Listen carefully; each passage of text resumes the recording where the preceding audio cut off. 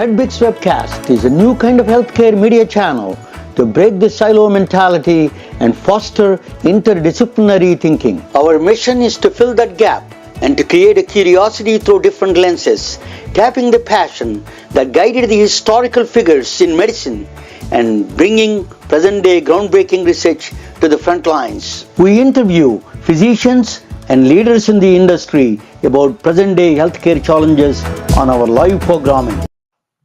Welcome to the MedBix Webcast. This is Ramana Namaraju, the host of the MedBix Webcast. No, I'm not Albert Einstein. All my guests are right now. So I'm going to talk with a doctor from near Washington State, Dr. Dike Drummond. He's been he's a leader in the physician coaching. The burnout is unbelievable around the world. It's not just limited to the United States. The burnout of healthcare professionals is just staggering. And I don't know, nobody's at the policymaker level, at the organization level, at the individual level. Somebody has to address that, and we have to do one way or the way. This problem has to be facing. We don't understand.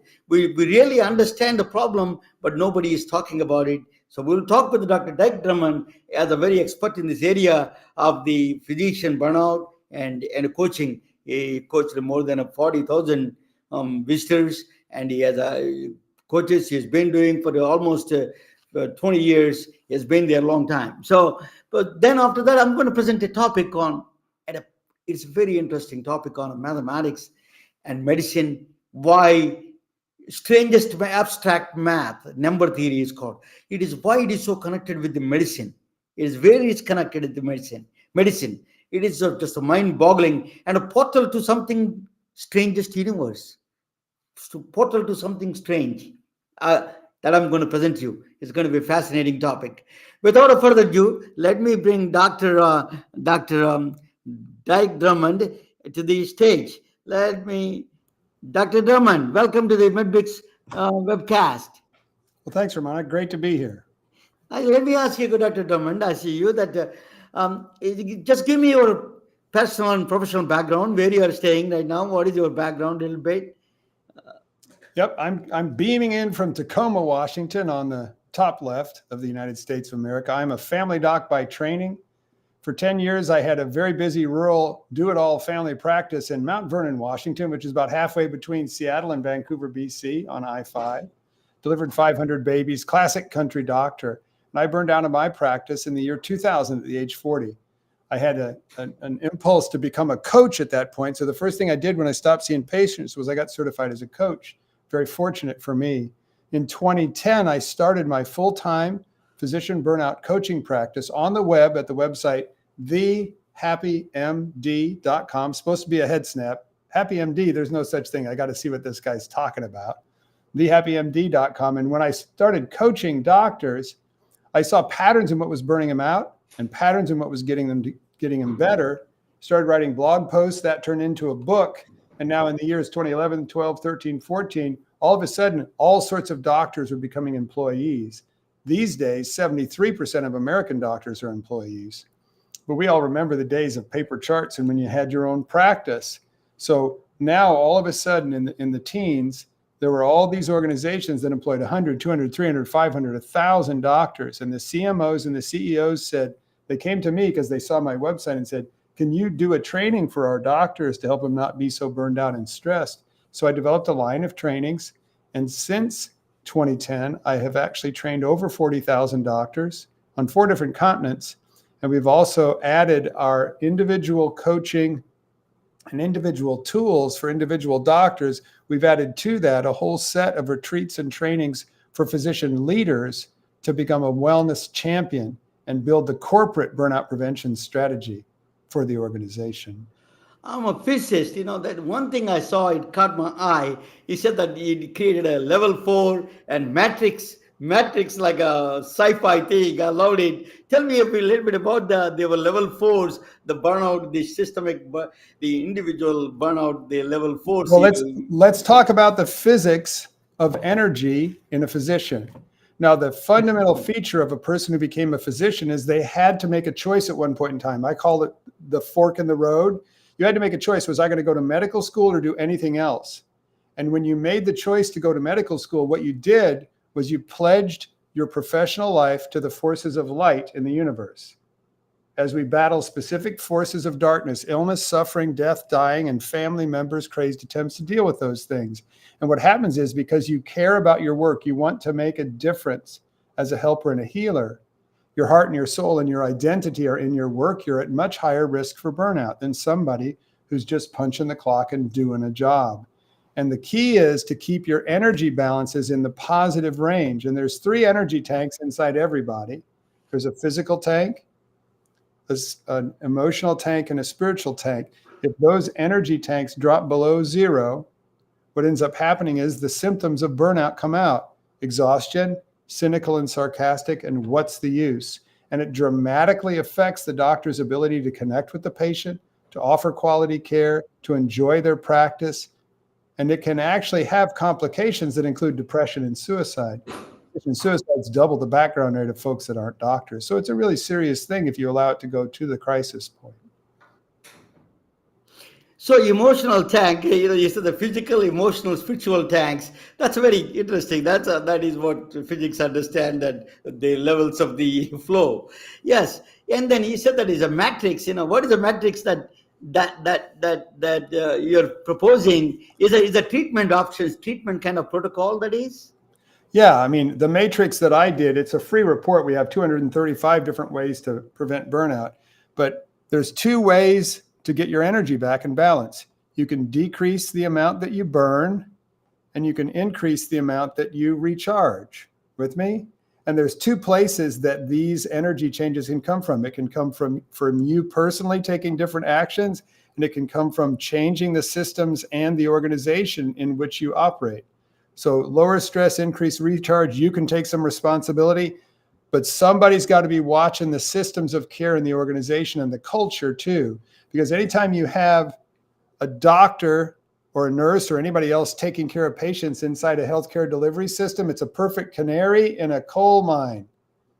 Back in the day, the miners took a canary in a cage down with them into the mine. The canary would die in bad air before the miners did. Oh. So if the canary's getting sick, you got a bad mine. Right now we have a burnout rate of above 50% in the United States of America. That means that if I were to survey your people at your organization today, we would find that 50% or more of them are, here's the term, suffering from at least one symptom of burnout. It doesn't have to be that way. Yeah. Let me talk about systemic problem. It is an organization. When I came, I used to live in Georgia, and then I used to meet a lot of doctors, and I used to sell medical computers a long time ago, 1980s. And then most of them are independent doctors. They're not working for anybody. Now what happened is they started working for corporations. They understand the power of the corporations now, their strength and their brutalness and brute forces. So they're waking up for corporate medicine. That is a systemic change I saw. So can you address that a little bit, Dr. Drummond? Sure. Back in the day, when we were a cottage industry and doctors were in small groups or solo and owned their own practice, that was a specific kind of an entrepreneurial doctor that was comfortable seeing patients, usually in high volumes with paper charts, and comfortable running every aspect of their practice. That kind of a doctor really doesn't exist anymore. That's an old school boomer thing, right? But as we take doctors and put them into an employee position, most of them are being hired by, and they're not being forced into this. They can see the writing on the wall for their own practice profitability, and they ask to be absorbed by the hospital for the most part. But what ends up happening is if you're absorbed by a hospital system, guess what? The hospital's got a lot higher overhead than your little office in town used to. Most doctors I talk to, if they compare their pre-tax income and benefits package to the amount they billed and was collected for the organization in the past year, you'll find that the overhead as an employee doctor is 70%. It is against the common sense, Dr. Drummond. The hospitals costing more. Why we are supporting hospitals, why the government itself, with the policymakers, politicians, why they're supporting the hospitals, which causes more expenses than, for example, if you go to a outpatient diagnostic center, MRI costs about $500. When you go to the hospital, it costs you $5,000. Why why we need to support this kind of a system that is they're getting more and more powerful, what we are talking about it, and how we are going to address this problem at the policy level, at the political level at least. Do you have some comment on that? Well, what I'll say is that there is no healthcare system in the world quite like the United States of America. The last healthcare system in the world that did not have a public health system where healthcare was a right and not a privilege was Switzerland. And they became so appalled at the fact that they had a 15% uninsured rate that they voted themselves a national health service in the 1990s. Here, we have the worst healthcare system in the first world, bar none. Most expensive, absolutely atrocious outcomes if you compare us to any European country. And every pig is at the trough of the American healthcare system because you got 18% of the GDP going through there. You can bet your bottom dollar that the differential between hospital-based services and outpatient-based services was somehow bought by a lobbyist who influenced the legislature somewhere to make that the law of the land. And right now, everything is so entrenched by the money and the amount of people in the industry that I can't see the American healthcare system unless it completely collapses, and it is very shaky right now. Go see an emergency room in an inner city these days. It looks like a mini Afghanistan evacuation. Unless everything collapses, no change is going to come from within. There's too much money in the pot. But Dr. Drummond, I used to live in Georgia. One time the HMOs tried to come in. So Georgia, the doctors at the time, they all got together and educated the patients and told them not to vote for the HMO bill. They fend off the HMOs for a long time with the power that the doctors have with the patients. They have a lot of patients. Patients are the powerhouses. They are the vote banks, and they have the power. Why don't they use that great power that they have to educate the patients in this direction? Well, you could, but you're talking about 100,000 doctors educating 100,000 people in different places. What's missing is the ability to practice collective bargaining. What's missing is a national set of physician unions. Now, the challenge is, even if we unionized, doctors won't walk out because doctors won't abandon the patient. Yeah. The payers will, the providing organizations will. They'll deny payments. They'll deny authorizations. 30,000 in an hour at one of the reports that I saw. But the doctors won't walk off and actually exercise their collective bargaining right. And I'm not a big proponent of unions, but unions would make a big difference if they were here now in enforcing reasonable work conditions for everybody, not just doctors. You're kind of a resort about commenting about the policymakers, politicians. They're not big. So, for example, what about the organizations? American Medical Association, a lot of local organizations. Why don't they get together and make a huge proposal and bringing to that system that change in the systemic level at the highest political level? Yeah, if you look at most associations, especially the AMA, that's typically where they try to exert pressure, is at the national level. And I think personally, and I know this for sure, my job, I consider, is to raise the awareness and help teach doctors, individual doctors. There's 1 million people in the United States approximately who chose to be doctors and made it through the medical education system. I'm just talking about people that are out in practice that are struggling and suffering. And there are things you can do today about your practice that will make your day better, your team better, and your patient's experience better. We can't wait for things to change at the national level. The question is, can you take your practice and find a job where your practice fits so that you can make the difference you chose to make at the Lightworkers Fork in the Road inside this system that we have? Color inside the lines and still exercise your creativity. So very good. Well said. So at the organizational level, suppose for you're at the organizational level, what kind of things you suggest hospitals or health plans, what are they can do for the healthcare professionals themselves And insurance can payers in themselves. If you want to include payers, that's also fine. What they need to do to reduce this burnout, as you said, that Switzerland and other countries, they recognize the burnout as a condition. But the United States, there is no condition, there is no ICD code for the burnout. So how do we, organizational level, what kind of things you suggest to implement at least at the middle level, organizational level, at the hospital level, health plan level? Well, and most of the times that I'm helping people as a consultant with organizational burnout prevention strategy, it's at the level of the employing organization, the organization that provides the care and employs the doctors. And the best way to build a starting burnout prevention strategy is with 4 different buckets.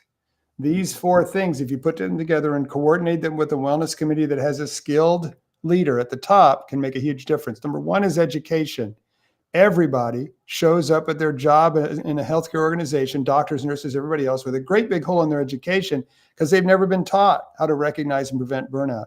We've actually identified 7 skill sets that are missing from medical education. So there's education. There has to be social and cultural activities. We have to get together outside of work and build human connections.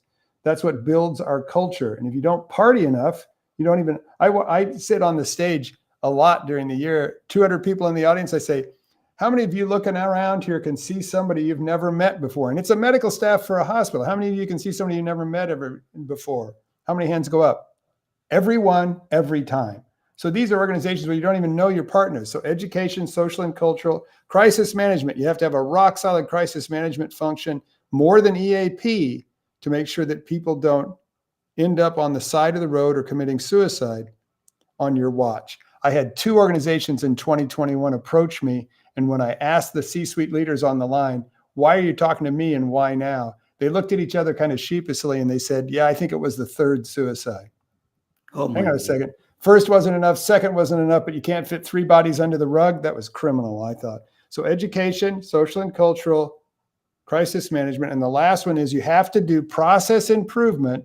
That is process improvements whose goal is reducing stress on the workers to decrease the amount of energy that they burn.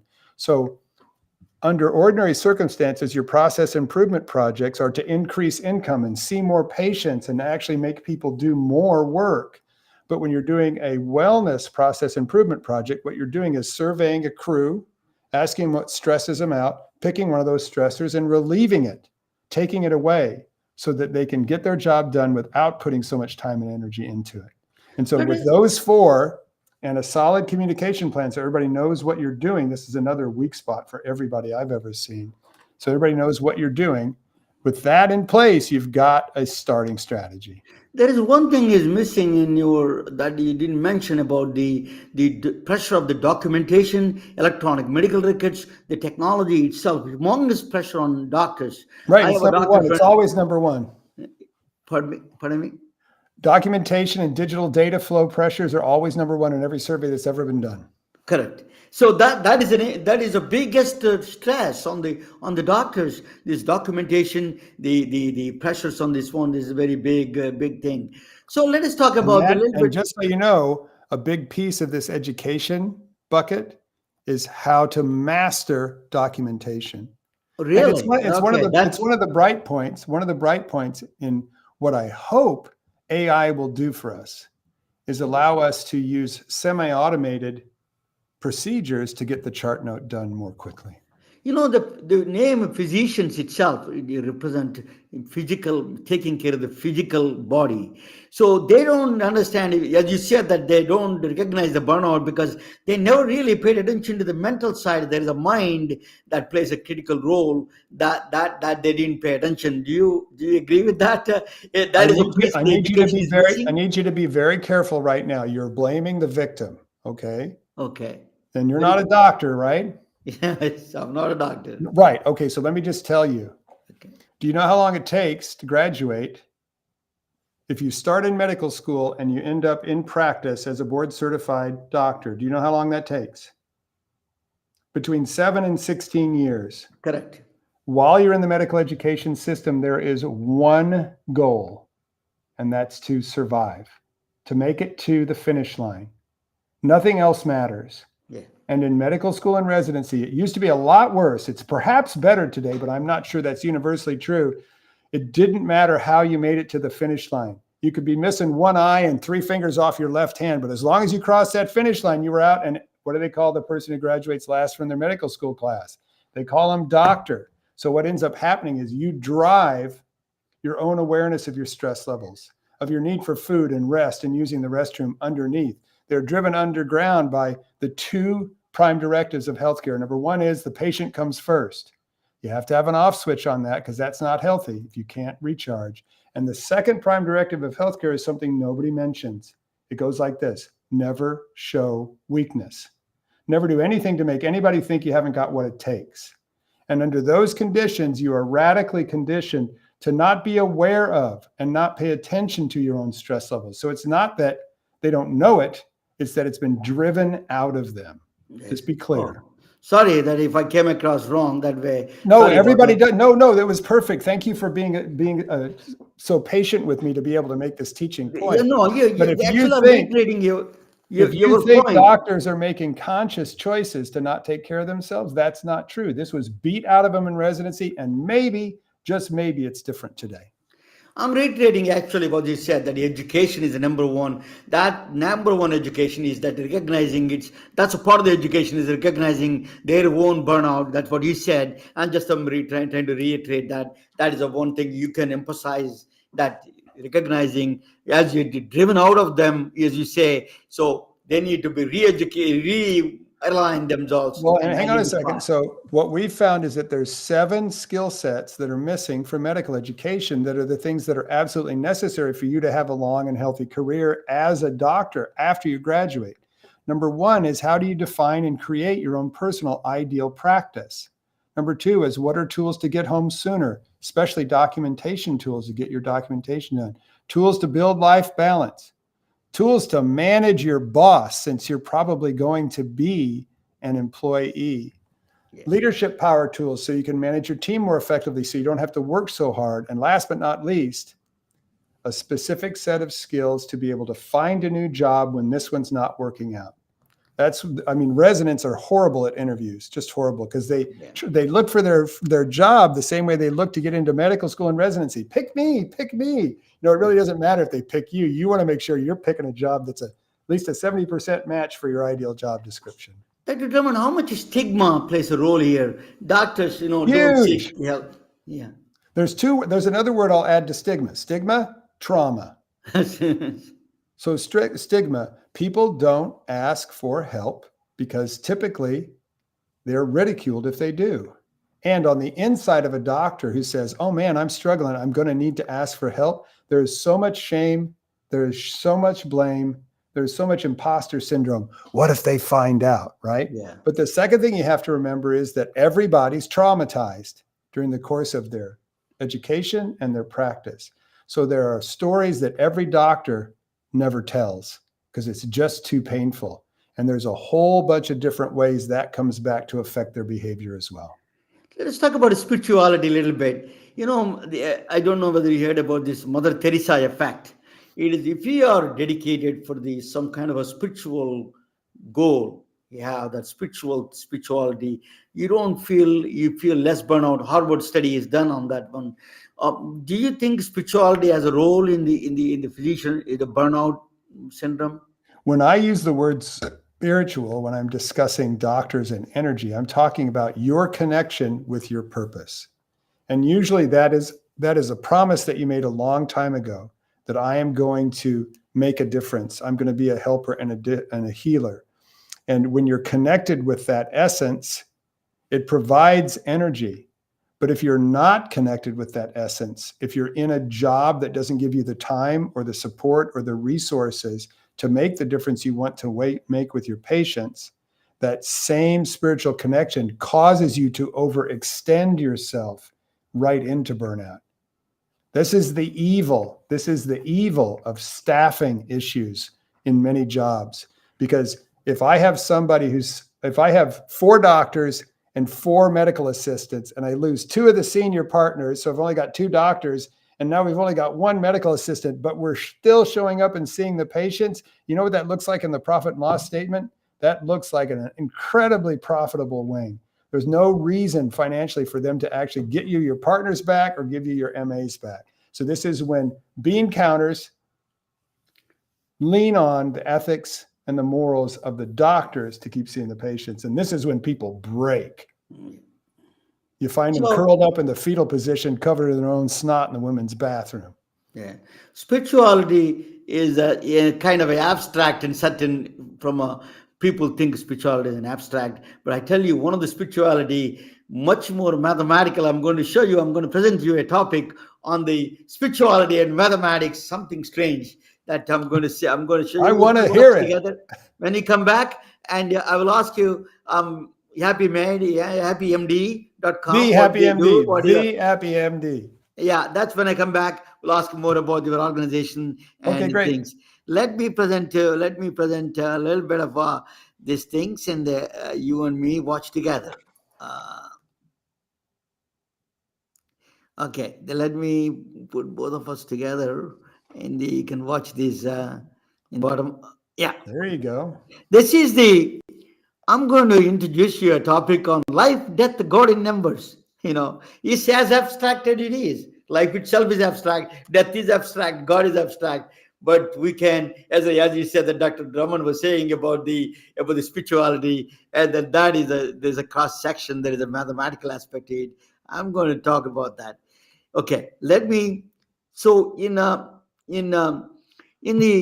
March 2020, in the Wuhan outbreak came in December or January. We don't know exact dates. January 2020 came out, and then the Dr. Rao Jia is from Tsinghua University, announced the genetic sequence of the coronavirus in March 2020, January 2020. He announced it somewhere around there. We don't know the murky details from China, but that is the best we can get.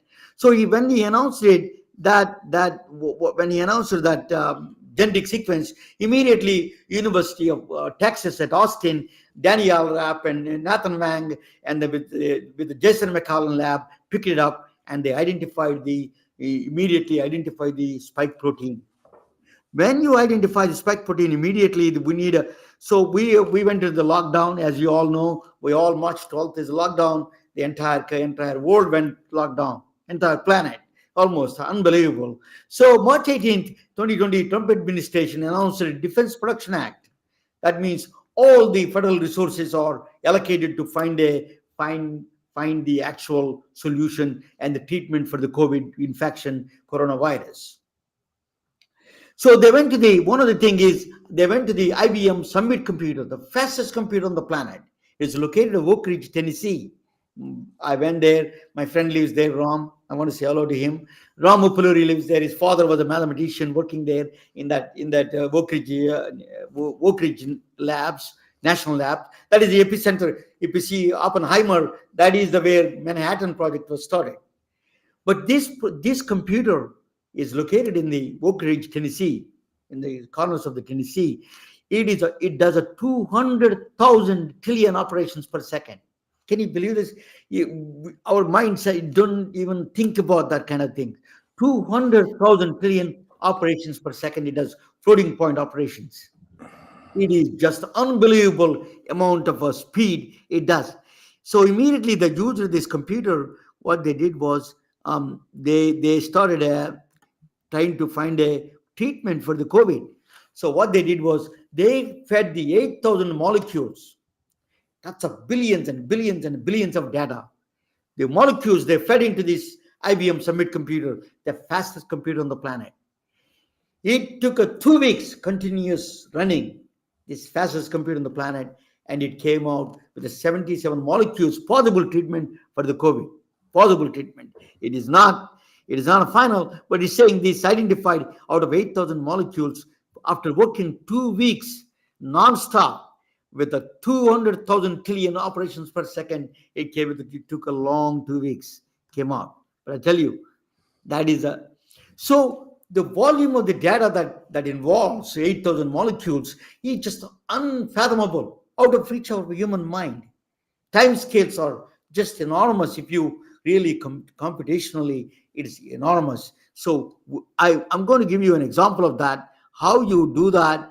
I'm going to show you a story. Then I'm going to play that story, that Indian mythological story. It tells you something about our mind, exponential, how quickly we lose the mind of that, who cannot understand that this concept. I'm going to play this video. Please watch with me.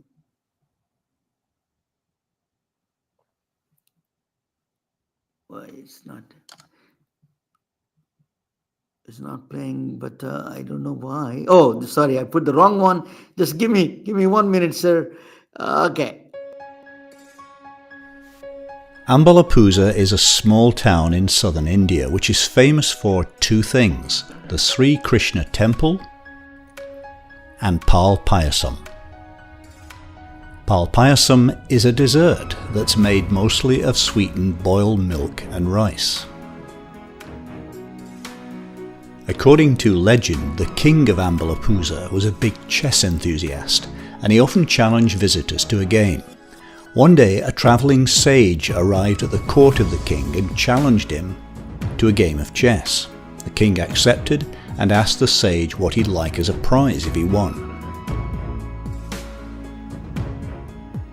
The sage said he'd like some rice. He'd like 1 grain of rice on the first square of the chessboard, and for the number to be doubled for each square after that.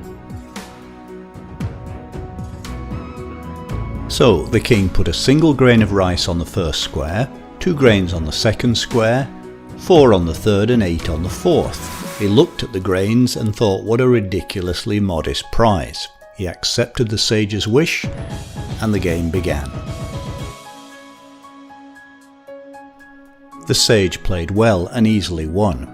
True to his word, the king ordered a bag of rice to be brought and started to count out the grains onto the squares. He was shocked when he got to just the 12th square and found that he needed to put 2,048 grains onto it. He realized that the prize was going to be a lot bigger than it had first seemed.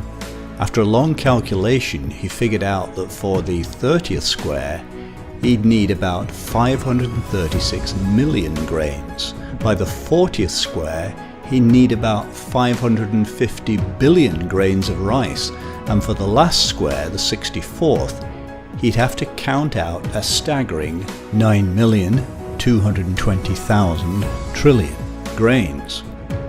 Altogether, he'd have to give the sage about 18,500,000 trillion grains.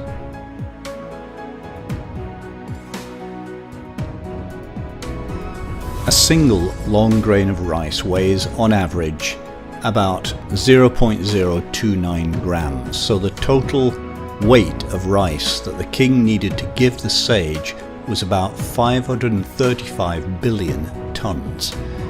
That's more than 1,000 times greater than all the world's milled rice production in 2019-20. The king realized it was impossible for him to pay his debt. In the legend, the sage turns out to be the god Krishna in disguise. When he saw how upset the king was, he appeared to the king in his true form. He told the king that he didn't have to settle the debt immediately, but could pay it over time. So the king started to serve Pal Payasam in the temple free every day to pilgrims until the debt was cleared.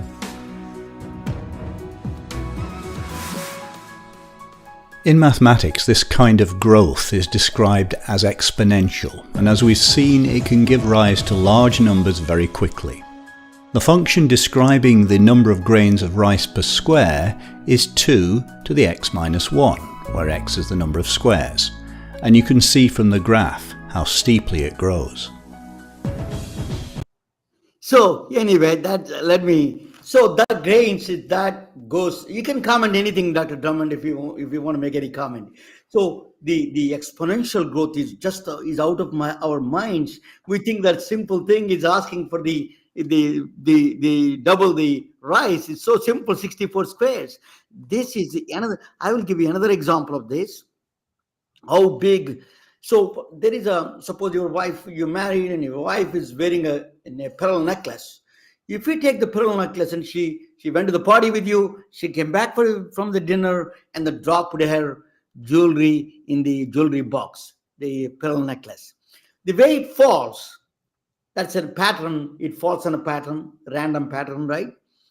If you want to get the exact pattern, same pattern, it takes thousands of years. Every day you do, once a day, you do thousands, if not millions of years to bring that same pattern. It's so simple, very simple act. It became a very complex act. I'm going to give you another example. You take this is a traveling salesman problem in the computers. It's a huge. All computer science students study this problem. If you take a traveling salesman, if you have 5 cities, you cannot revisit the same city twice. And then what are the possible ways you can go 5 cities? 120 times. 10 cities, 3 million times, 3.5 million times. By the time we come to 20 cities, you cannot revisit the same. What are the possible ways you can do? It is 2.43 quintillion times. You cannot solve this problem. It is called a non-polynomial problem in mathematics. You cannot solve it with our present-day computers. It takes 1 million years to solve this problem. So it's so simple. All the airlines, fuel savings, they come to the closest thing, but this is the problem they face, the traveling salesman problem. It's a very common problem and we see in every day. So if you want to do simplicity to complexity, you take a piece of paper and then you throw it out in a complete, and then you want to get the exact pattern. You can do origami, or you do a crumpled paper. If you do that, it takes billion years to get the exact pattern. So simple as that, right in front of our eyes. That is a complexity we are bringing, very strange. So building blocks of the life is amino acids. As you know, let us talk about the life, death, God in numbers. I was talking about the life. Let us talk about the life part of it. Life is amino acids are the building blocks of the life. There are 20 amino acids. They produce proteins. They create a change in the proteins. I'm not a biologist, as Dr. Drummond says. I'm a physicist, so I'm going to talk. I'm not. So 20 times 100 chains. Amino acids form a chains. And then you know that how many times it does? It is like a staggering number of the proteins it can form out of those 20 amino acids with 100 chains. The staggering quintillion. He's talking about trillion, billion times. It's like just a mind-boggling number, huge numbers. So protein can form that. It may have a constraint. It may not be able to do all. Protein folding, for example. If we take a protein folding, it characteristics, that's what the function of the proteins are. They're coolies of our body. They do the hard work. So if you have a 20 to 50 amino, if you put together a 20 to 50 amino acid chains, the insulin, for example, is simplest one. I think that's a protein, hormone protein. And then if you do really possibilities are 1,000 non-linear. We never heard even the name non-linear, like a billion times. Forget about the numbers. So it is just out of the understanding of this our mind. So these are the numbers. Life is. So what is a death? Death. We have 110 billion people, humans died so far. Let us talk about the perspective on the life itself. And then 22.5 quintillion animals died. These are the numbers, are huge numbers. I'm coming to a point why life is. So human brain has limitations because evolutionary, when you are coming from savannas of Africa, we don't have that limitation. We have a limitation. The reason was we don't want to be eaten by a lion. So we don't think about a trillion numbers, how they compute. So we left that big numbers alone. And then we have evolution limitation is there. Memory, hippocampus and other parts of the memory is limited. We cannot absorb as many. So these are two limitations human brain has.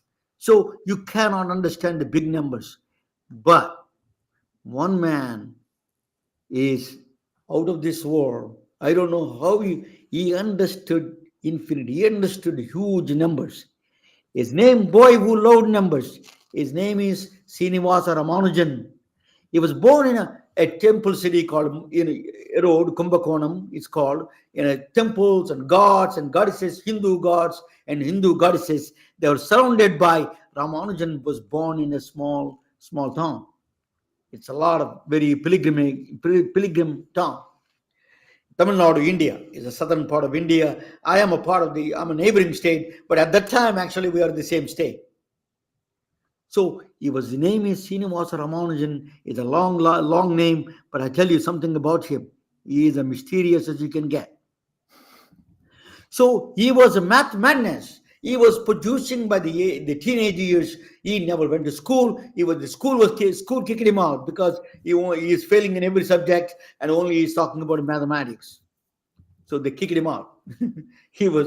So he got a job as a clerk in the like Albert Einstein was a clerk in the patent world. He was a clerk in the Madras port. He was working in the Madras port is a port for the British. We are under the British rule at the time. He was working as a British. He's 1887. Oh, sorry, I forgot to tell you. He was born in 1887. It's not this last few years. 1887 he was born. So he's producing a strange, just mystic equations. Very strange equations he's producing. One of them I showed you there. 1 plus 2 plus 3 plus all the way you add it to the infinity, the equals to minus 1 over 12. You add all the integers to the infinity, the answer is minus 1 over 12. It's just beyond our understanding of our brain. How he came up, it is really true. And then what he did was he started writing. He was writing all this in a slate. At the time, I used to eat a slate actually in my village. So you write something and erase it because you can save it. So only important equations he was putting on the piece of paper because he wanted to save paper. At the time, it's expensive, the ink, and so he was doing a lot of calculations on the slate, and he was doing a lot in the oil lamp. He produced the mind-boggling equations, and he sent his equations to. What he did was he sent it to G.H. Hardy, a professor in Trinity College in the Cambridge. He sent his letter saying that I did all these things. Can you see my equations? English professors were stunned to see this guy is producing these equations. He's not even a mathematician. He didn't have a degree. And he's producing these equations. Something strange about him. Let us talk with him. And then they corresponded. They invited him to, even though he was not qualified to go there as a study, they invited him to study in the Cambridge, England. Then he was just like that, exactly like that, the one I showed you in the picture. Then he has to take a picture he has to change his picture into, he's a little plumpy guy. And then he's a very unassuming guy. He's put a jacket and a tie, like me now. So he did that first picture of the passport. He did that. And Madras port, he left for England in the Trinity. And then he produces So when he went there, all the professors asked him, how did you arrive these equations? Ramanujan, we are stunned. These things you are producing is just out of this world. G.H. Hardy is one of the well-known mathematicians in the world. And he was asking Ramanujan, how did you? He said that Goddess gave it to me in the dreams. Then he said, what? This conversation, actually, biography is written in a similar way. Is what Goddess is? I have a name, Namagiri, the picture on the right-hand side. She is giving me all the equations. I have a photo. These are Western people who are trained in the highest order of mathematics in logic and reason were stunned. Never mind. Sorry, we asked you, and they left him alone. So he was answering. His goddess is giving his equations, mathematical equations of the highest order.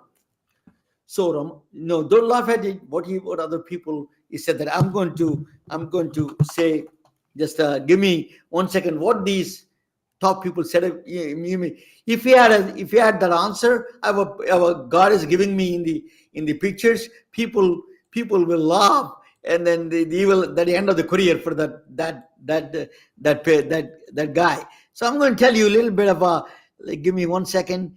What the people said about him. Okay, I'm going to read it. So Michio Kaku says Srinivasa Ramanujan was the strangest man in the mathematics, probably in the entire history of science. He has been compared to the bursting supernovae, illuminating the darkest, most profound corners of mathematics. Then Freeman Dyson is institute from Princeton, where Einstein was there. He's a physics professor. Ramanujan had some sort of a magic tricks that we don't understand, says the late Freeman Dyson of the Institute for Advanced Study in Princeton. Mark Zuckerberg said, the Facebook CEO, with a partial math book, he did the entire modern mathematics and moved the field forward. Just think about if he had access to the internet.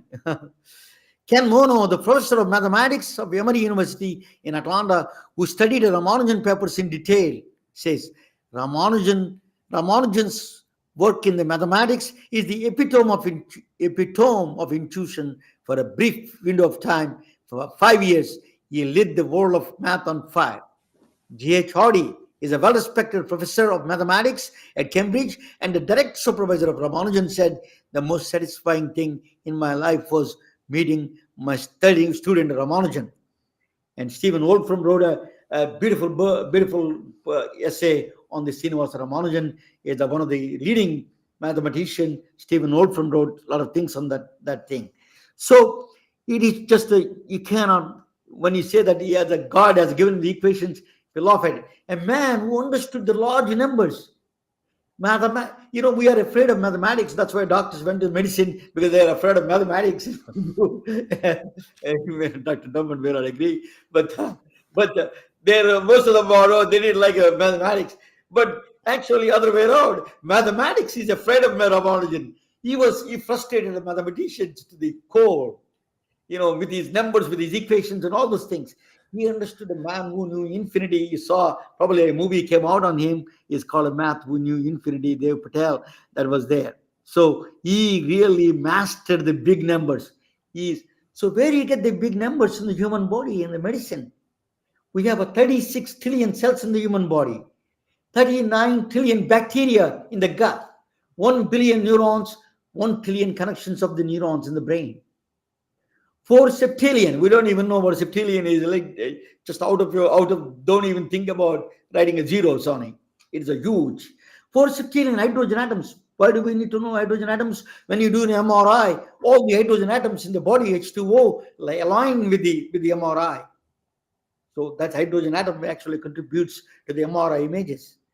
11,000 trillion oxygen atoms in the body.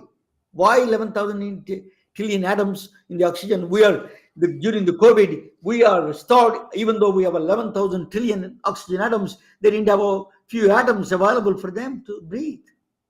So we need to understand these big numbers, even though it doesn't make understanding these big numbers makes a lot of sense in that sense, in the scientific point of view and the medicine point of view.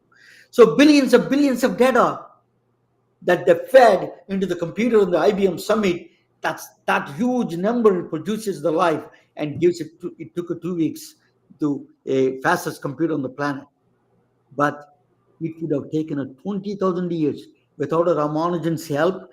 It would have even come close to 77 molecules. It would have gone billion years to compute the fastest computer. Ramanujan mathematics, inspired mathematics, drove the computer, IBM, the super fast computer, to craziness. He drove one of the fastest computers on the planet with his mathematics. He is not alive, but he was Ramanujan Fourier series, Ramanujan libraries. They drove this computer to the fullest extent. So Ramanujan mathematics revealed something. For example, if Ramanujan mathematics signal processing is so powerful, Ramanujan mathematics, EEG epilepsy is a big problem. We don't know exactly what cells is causing the epilepsy. You can go and remove it. So we don't have any mechanism without opening the brain. It's a very dangerous one, right? Neurosurgery. So EEG epilepsy, you can non-invasively, with the Ramanujan's mathematics, Ramanujan signal processing in a filter banks, you can exactly find out which cells playing this game, causing the epilepsy. Heart rate variability, or the same thing with heart complexity, heart rate variability, complexity. You can use a Ramanujan signal processing and you predict the heart attacks in the future. This is a Ramanujan But let me talk about, I talked about life, I talked about death. Let us talk about God in numbers. Why is it such a mystic equations he has? That equations are so mystic. So I want to tell you something about Mahabharata, the epic Mahabharata, Bhagavad Gita. Indians, Hindus, we are sacred about Bhagavad Gita. Bhagavad Gita is a sacred textbook in Hindu religion. In the Hindu religion, there is a two warriors, Pandavas and Kauravas, two warriors. You don't have to remember all the names. There is a battle between them. They're cousins, actually. They're fighting for the lands. During the land, there is a warrior, is Arjuna. He said that I cannot kill my cousins. They're all cousins on their side. And then Krishna, the chariot, is a jockey for that chariot. He said that he took him outside, and he gave the song of Bhagavad Gita, the song of God. Bhagavad Gita means song of God. He gave the most profound knowledge and wisdom of the life. That is so powerful wisdom and knowledge that he gave. He was telling time is an illusion. It's all these things. You're a mere actor in the whole game. That's what he was telling. Krishna was telling Arjuna. But in the modern world, all these things, they think it's a cuckoo. So he wanted to show something interesting. Arjuna, he gave a special sight.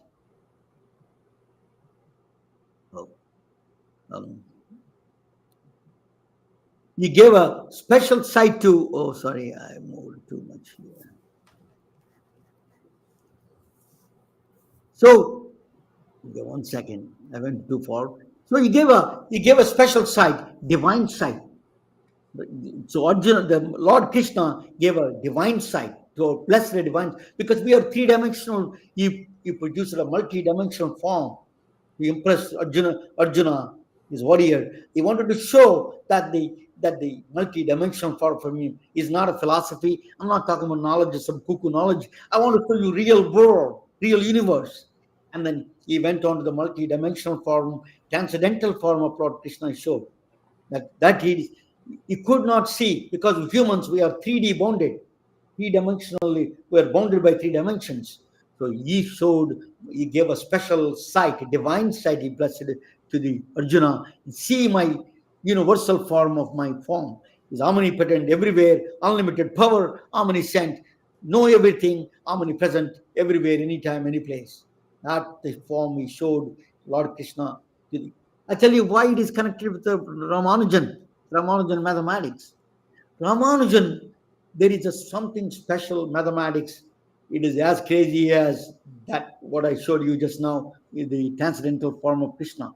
In mathematics, there is a monsters, MC Escher and Moonshine, very strange names. It's a funny names, but it is a very strange, I tell you indeed. So it came out if you see the chair in the bottom of the left side, second row, I put a chair. In the mathematicians, they put groups together. If you rotate a chair in a horizontal way, that's a one group. If you do vertical way, that's a group. If you do different shades also can move. If you put a shadow also can move, that is a group. So they create a billions of groups, infinite series they call. So you can classify the nature, entire objects and everything into the groups. That's called group theory. And don't worry about all the mathematics. But in this group theory, there's one group, strangest group, is called a monster group. It is a huge group. This group means these rotations, symmetries of the rotations of these particular mathematical objects. This group this is a 26 groups. They did not fit anywhere. Mathematicians surprised, because infinite series, everything is infinite, everything followed by some general rules, but these 26 groups are not fitting anywhere.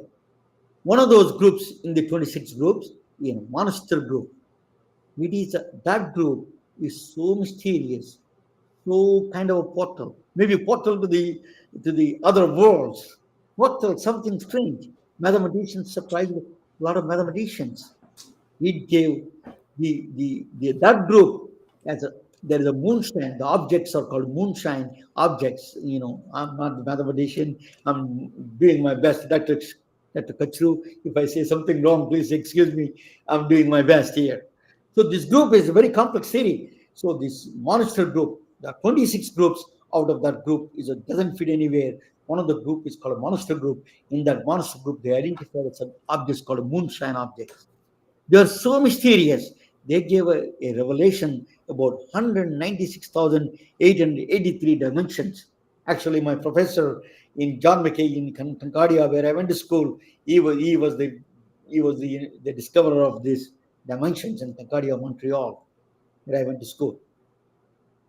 This phone gave 196,883 dimensions. We cannot even see 3 point. How can you see 196,883 dimensions that there exist in a portal? That's something related with the MC Escher's tessellations. I'm not sure exactly how they're connected, but it's something these are all very well connected. They came. So Ramanujan went back to India. He was dying, and he wrote a piece of paper, and he submitted modular functions. Just wrote on a piece of paper and sent it to, when he had a tuberculosis or some kind of a disease he could not survive in England. He went back at the age of 32. He went back, and in the last year of his life, he wrote these mathematical equations out of this world, out of this, a portal to the entire new universe. He gave a divine sight through mathematics. The divine sight, Arjuna, the Lord Krishna gave it to Arjuna. Ramanujan gave the mathematicians a new insight, a mathematical tool to see inside. It is just a mind-boggling. That is related to the string theory. They've connected that one. The physicists connected with the higher dimensions of string theory. It's strangely connected. After passing 8 years, he died in 1920. He died, but after passing 1920, he gave these equations. Before these equations, they found out his lost notebook in England. It's somewhere lying down there. They found this Mach theta function, modular functions they call Mach theta functions. These functions are really a portal to something extraordinary. It's out of this world. So that is connected with higher dimensions. Maybe UFOs, you can use that. Maybe they're using those. So black holes, we saw all of everybody heard about the black holes. Black holes are inside. We don't have an access to inside the black hole because there is nothing that comes back out of the black hole. Everything goes in, including the light. It won't come out. But Ramanujan mathematics can go inside and dwell into what's going on inside. So his mathematics people are really strangely that they're exploring. Ramanujan, 100 years, in 1920 he died. And that he never even heard about the black holes. Einstein just published, the year he passed away, he published his general relativity, Einstein. Nobody knows even any about these gravitational things. So he gave mathematical equations to the black holes inside. String theory. String theory is the physics part of the string theory. Higher dimensions, one of the fundamental, all the particles are made up of strings, energy strings. And the microorganisms, viruses, bacteria, billions and trillions, how you handle them. Even the ATMs, integer functions, how do you distribute the nodes? Integer partitions are very complex. So he gave mathematics of highest order. At the age of 32, he died. He gave to the world highest order of the mathematics. A man who was, Ramanujan, life lives on, one of the top people in the world, powerhouses of the mathematics and physics. One is Miranda Chang in the Amsterdam University, and Manjul Bhargava. He won the field medal, who won a Nobel Prize for the mathematics. I met him actually in a strange encounter as that Ramanujan mathematics. I bumped into him into the Starbucks, and then I was asking him just a general question. I didn't know who is he. I asked him, "What is your name?" He said, "Manjul." I'm Indian, so yeah, he's Indian, and I tell you where you can get Indian food. He told me some place, and then I asked him, "What do you do?" "I'm a professor in Princeton." I said, "Oh, what? You look like a student, high school dropout. What the hell are you doing?" He's a professor. He won the field medal, Nobel Prize of the mathematics. So I wrote him an email. He responded back. Very nice guy. So Dr. Sumit Kachru, I met him. He's a friend of mine. Dr. Sumit Kachru in the Stanford, he's a director of the theoretical physics in the Stanford University. They're all working on Ramanujan mathematics. So Ken Ono is a professor who went to India. His father made a bust. His father is a mathematician. Ken Ono's father, he gave a bust of Ramanujan to as a gift. And then John Duncan of the Emory University, they're all working on the Ramanujan. There's a lot of powerhouses out of universities, IBM computers, the fastest computers, the intellectual prowess of the powerhouses are working on. 100 years ago, a man who lived wrote equations on the slate. On the slate, he used a mathematics. He wrote these equations with the lamp that is the kerosene lamp. It's not electricity; is not there. He wrote with a slate. He drove the entire world, the best computers in the world, best minds in the world, working on a simple man, one man's world. Think about the power of a human mind, unparalleled intuition. That is, it is beyond our imagination. So the mind is so powerful, as Dr. Drummond is talking about. We have to preserve it. So let me bring him out, the Dr. Drummond, back to the just a minute.